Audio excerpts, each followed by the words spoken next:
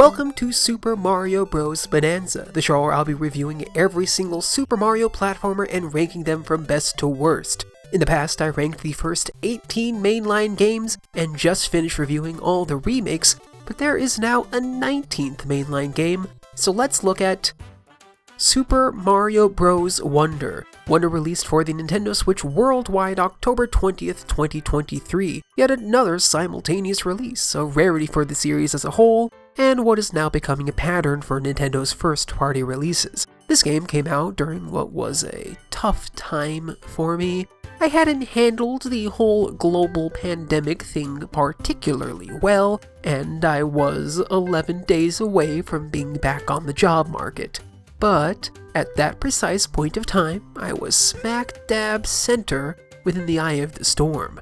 I had a ton of time off I had to get rid of, hope in my heart that the next gig would be better, and hey, a new Mario's coming out, and that doesn't happen all that often. I was so bored and so excited to the point where the day before it released, I legitimately asked a Best Buy clerk if I could get my copy then instead of waiting for the next morning. Well, the following morning I was there bright and early outside the store right before they opened. I was the only person there. For Wonder, at least, I'm pretty sure I saw one other person walking out with their copy of Sony's Insomniac's Marvel's Spider-Man 2. I went straight home and played as much as I could, having a blast, getting blown away every level by the sheer audacity of the developers.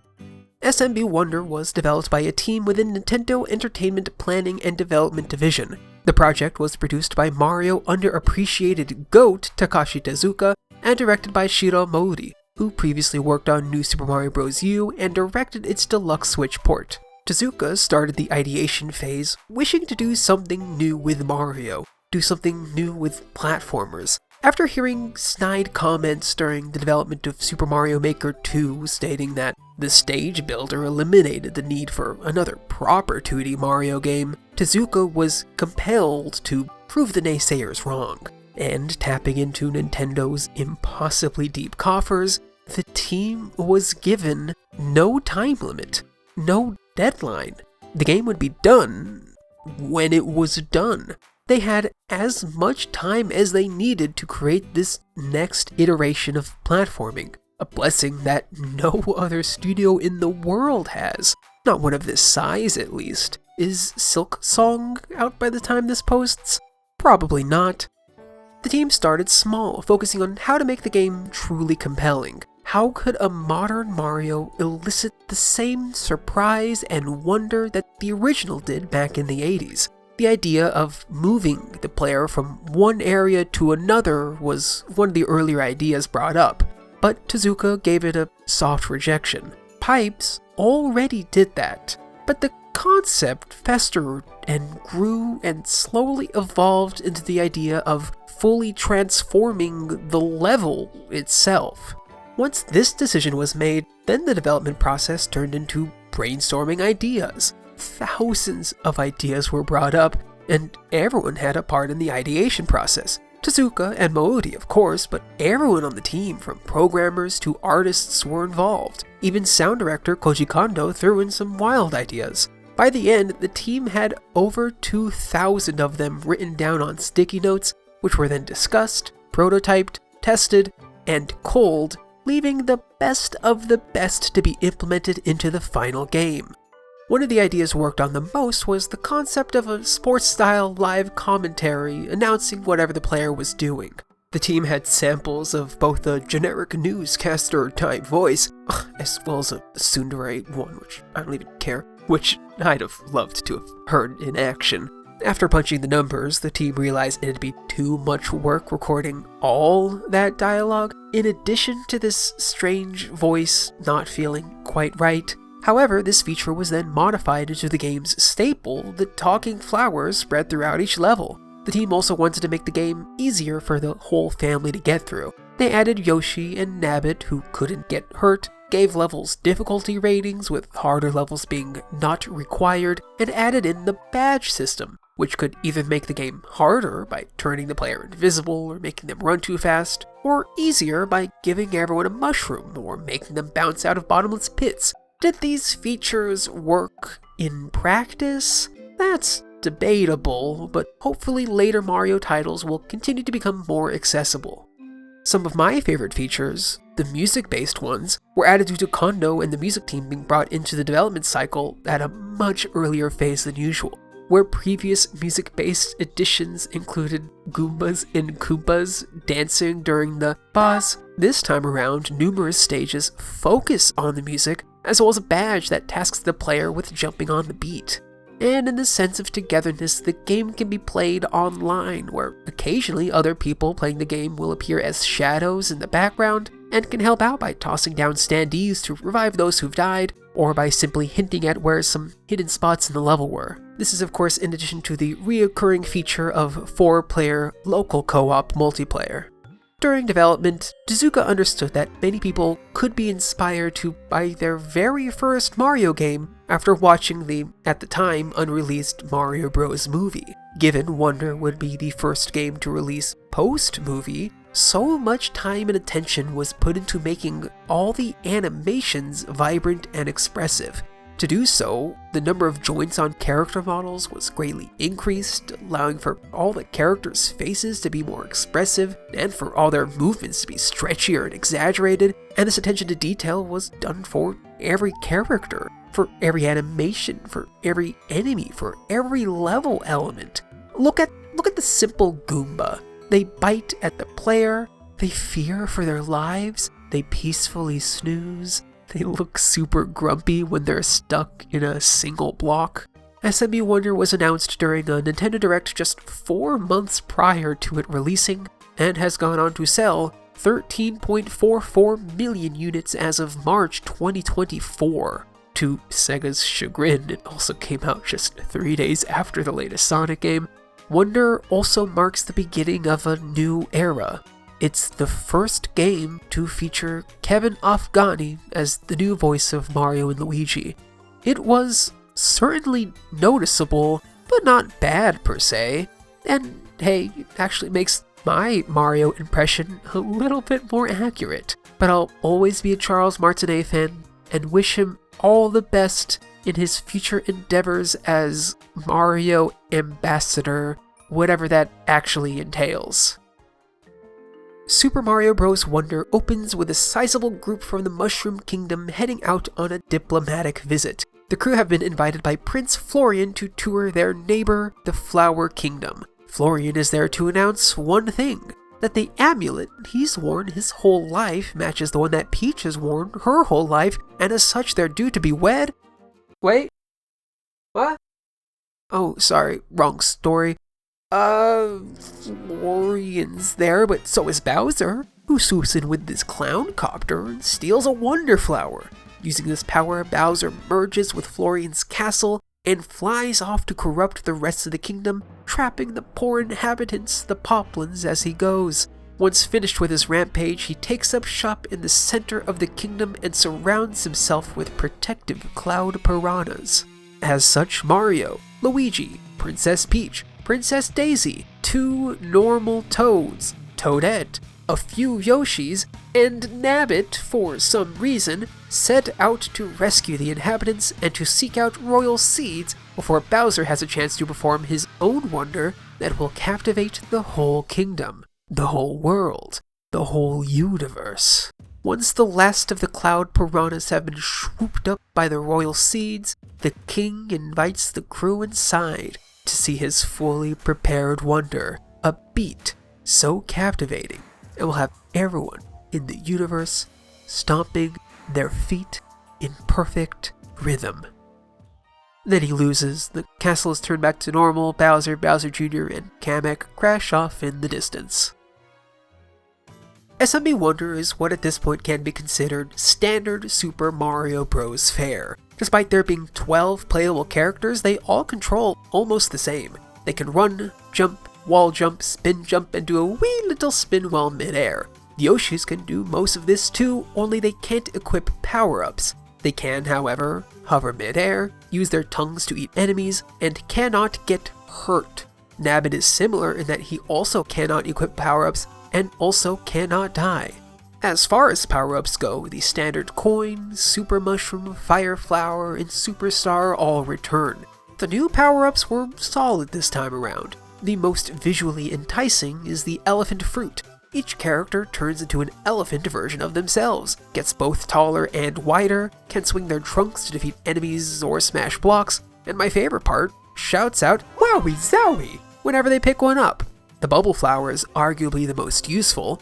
The bubbles turn most enemies into coins and act as very bouncy platforms. It often makes many a secret fairly trivial, but my favorite is the drill mushroom. The characters wear drill on their head. It lets them drill into the ground, drill into the ceiling, and the drill kills enemies when jumping from underneath. And really, I just like gliding along the ceiling. Lastly, a new type of coin has been introduced, the purple flower coins. Standard coins still net extra lives once 100 are collected. Flower coins can be spent in the various shops, or sometimes a poplin will request some to open up a new path. Of course, I mostly used them to buy standees. The main quote-unquote new addition to the game's power set would be the badges. Each alters the gameplay, some in more minor ways than others. The most useful, the first given, lets a player pull out a big hat to glide down with while midair. The second most useful lets the player swim like a dolphin, especially useful in levels with currents. Another cool one lets the character do a crouch jump a la Mario 2 USA. Another lets them do a vertical wall jump. Another lets them shoot out a horizontal grappling hook vine. The biggest shame is that, since none are required, I rarely equipped any. Since I found gliding the most useful of the bunch, I used it for almost the entire game, only switching to the dolphin kick in levels that required it to collect everything. Many were also there more for the gimmick. There's one that makes the player constantly bouncing, one that makes the player run super fast, one that makes them literally invisible. Neat ones for the levels they're designed for, but I'd be hard-pressed to take them outside of those. There are also a few that say make more coins spawn or make the player always start a level with a super mushroom. I didn't play with any of these, but I'm sure they're useful in certain cases. The world map is 1. Chunked into 7 different areas, each with their own type of wonder seed to collect, and 2. Chunked into 2 different types of paths. Linear paths akin to, like, most Marios, and 3D areas, much like the world maps from Super Mario 3D World. And breaking each map up this way made exploring it actually refreshing for the first time in ages. Unlike New Super Mario Bros. U, which tried and didn't quite nail emulating the exploration found in Mario World, adding in the open areas actually made me feel like there were things to find. Maybe running over this hill will give me a coin. It kinda looks like I can run around this wall and wouldn't you know it, there's a pipe leading to Captain Toad. Oh, this path leads to a string of tougher levels that culminate with a warp to the special world. And now I can choose to do these levels in whichever order I want to. Each level also has a difficulty star rating, which could also weigh into the level selection process, but personally I rarely found the game difficult at all, so I often picked the closest level to where I was. The only levels that felt truly tough were those leading up to and within the special world. The stages themselves are wonderfully designed. Each of the standard levels has at least 2 wonder seeds to collect. One for finishing the wonder flower, and one for beating the level, with some having a third behind a secret exit. And much like the medals from the NSMB series, every level has 3 10 flower coins to collect. They're bigger flower coins that count as 10. Plus, like in 3D Land and 3D World, getting to the top of the flagpole is tracked. Even just taking the levels at their standard state, these are some good ones. So many of the new enemies have really fun interactions. I love that those tall mushroom guys collect coins as their bodies fall towards the abyss. The little guys that shoot bubbles or the ones that shoot grabbable sticks were fun. There are a few guys that turn into bouncy platforms, which led to some fun puzzles. And oh god, those guys with the teeth are terrifying. And they eat coins? Who let that happen? And it was really cool seeing inspirations from other modern platformers, like the Donkey Kong Country background foreground hopping, or the silhouette levels, or the more musical-based ones like from Rayman. At about the midway point of each main level is a Wonder Seed, and every single Wonder Seed in this video game is absolutely stunning. It's miraculous how well done each and every one is. They're wonderful. The development studio set out to evolve the platforming space, and they did so in a way that only Nintendo could afford. Every Wonder Seed modifies the game, modifies the level, modifies the controls, modifies the gameplay in an entirely unique way, and almost every Wonder Flower is wholly distinct from one another. Sometimes it turns a pipe into a snake-like moving platform, another time it causes a stampede of bulrushes, or all the piranha plants in the level perform a musical, or the gravity of the level shifts onto the Z-axis, or maybe the character transforms into a goober that can climb up walls, or transforms into a Goomba that can't do much of anything, or transforms into a spiked ball that rolls through any hazard. They are all truly amazing. The whole time I found myself wondering what the next level could possibly hold. What wild twist would the next flower bring? And even on this second playthrough, half remembering all the fun effects, each of these segments were still incredibly fun to experience because at their core, they're fun. The surprise is intoxicating the first time around, but the mechanics themselves hold their own impeccably well. Also, throughout the world are single seed levels. These are smaller challenges that are interspersed in between larger levels. The badge levels actually utilized all the cool new badges with challenges distinctly designed for them. The running super fast badge was incredibly fun to use, the always hopping badge was tested well, and the invisible stages were actually tough. Turns out platformers are much harder when I can't see where I am. The other single seeds were also pretty good. One type tasked the player with finding a bunch of hidden coins, although as a single person, these turned me into constantly hopping around hoping to find the one hidden block I missed. I imagine these are smoother playing online or with other folks, and a few are more basic challenges. My favorites have to be the ones that required jumping to the rhythm, or maybe the ones that have Mario World and Sunshine music in them. The bosses, on the other hand, sucked. I don't know what it is about the Super Mario moveset in a 2D plane, but none of Nintendo's development studios can make bosses that are interesting in any way. Each of the Bowser Jr. fights involved stomping his head 4 times. The first, he's Normal Jr., the next 3, he's Wonder Jr. and has a slight twist. A very slight twist. The airship bosses were laughably simple. There's a big button to the right. There are almost no meaningful obstacles on the way there. Press the button. I can hardly believe the game shipped with the bosses that required this little skill to beat. There's making obstacles easy enough for the whole family to navigate, but that at least involves putting up any obstacles. At least the final boss was really cool. I'm already a fan of good rhythm-based event, and going up against a big, green, smoking Bowser head and his many smoking hands was an excellent culmination.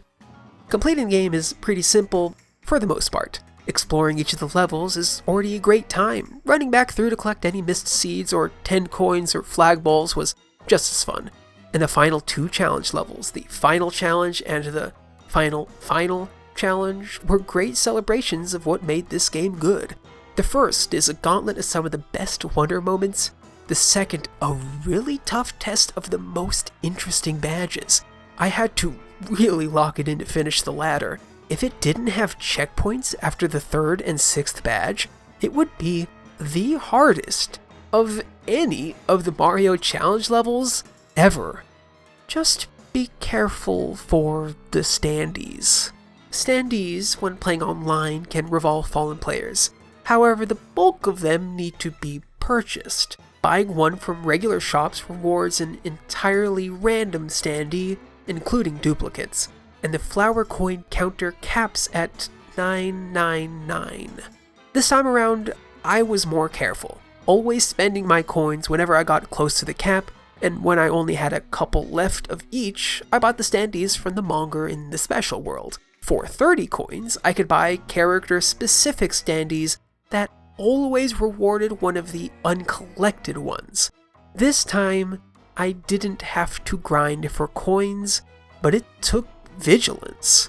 During my first playthrough, it was my absolute least favorite part of this game, and it's a real shame I even had to account for something like it.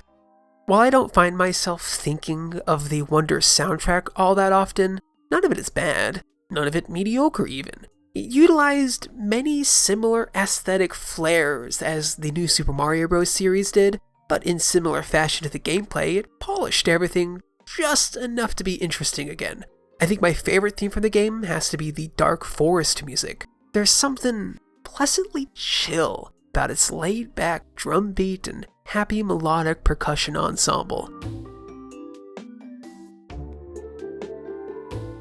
That is, of course, aside from the standouts, the musical levels. Any level that requires jumping on beat, or platforming through obstacles that pop in and out to an ever-quickening tempo, or avoiding a choir of piranha plants popping out of pipes to serenade the player, or running from a very large operatic boo, is immediately memorable. Finally, the art of this game is so pretty. The animations for each of these characters are the real highlight. There was so much love and detail put into every jump, every distinct way to enter and exit a pipe, every enemy as it walks, as it gets terrified by an oncoming hazard, and the 3D models are so stylized. In the new Super Mario Bros. Series, every character is shown in perfect profile. Their model, in essence, the same that would be used in a 3D game, just looked at from the side. In Wonder, they're designed to be looked at from the side. Mario's face is squished as to look good at that angle. The items are designed to have their backs hidden, allowing their faces to be bouncier. Plus, the additional joints allowed each model to be so much more cartoony. Not to mention every unique animation that came with all the Wonder effects. The rainbow missiles just looked amazing. The stretchy characters are so bubbly. I absolutely adore how when in Goomba mode, the character could just look up and down. The visuals themselves are similar to those found in the NSMB series, but every individual element was much more stylized and vibrant. The shading on the characters has much starker contrast, the colors more distinct. Every area looks and feels more unique. Even one-to-one comparisons like beaches, deserts, or lava caves all got their own traits and colors that differentiate them from similar areas in past games. This is very well shown by the airship levels. The wispy green magic flowing as Bowser's hair complements the now fully metallic exteriors quite well. But the highlight has to be the third area, Shining Falls. Its geometrically impossible golden waterfalls were majestic. Sure, it's still not the game based on Shigehisa Nakao's work that I still deeply want, but it's a major step in the right direction.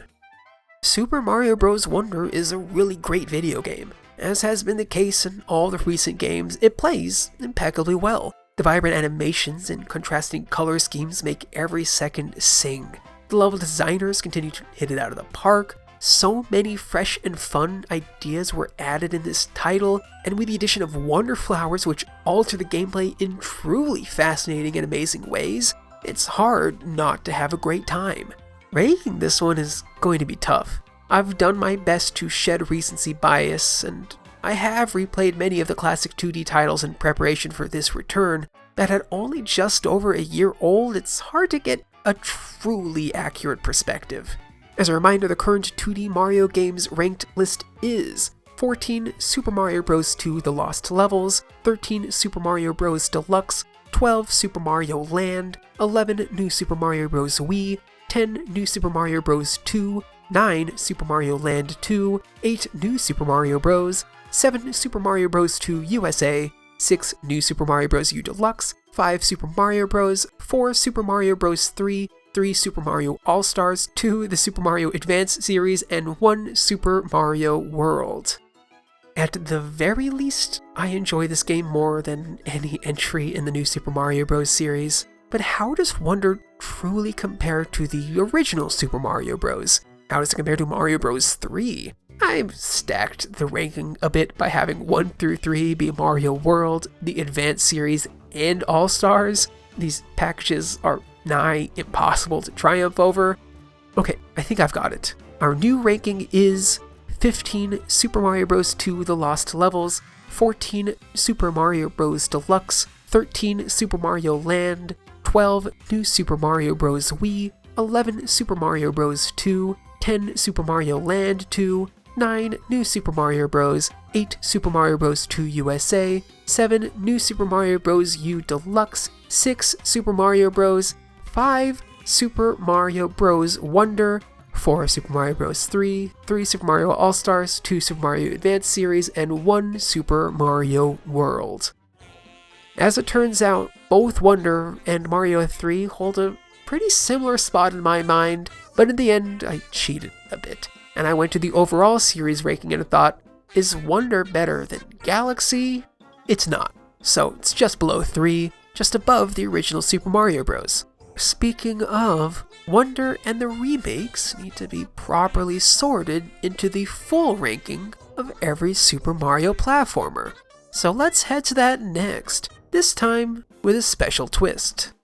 But first, thank you so much for watching. What are your thoughts on Super Mario Bros. Wonder? Let me know in the comment section or across the internet on my socials where I'm at Mario8 everywhere, links in the description. Also in the description are the playlists for Mario Bros. Bonanza and every other series I've done, plus a really great interview with some Wonder devs. I also invite you to leave a rating or subscribe if you'd be so inclined to do so. Anyway, I hope you enjoyed. I will see you next time.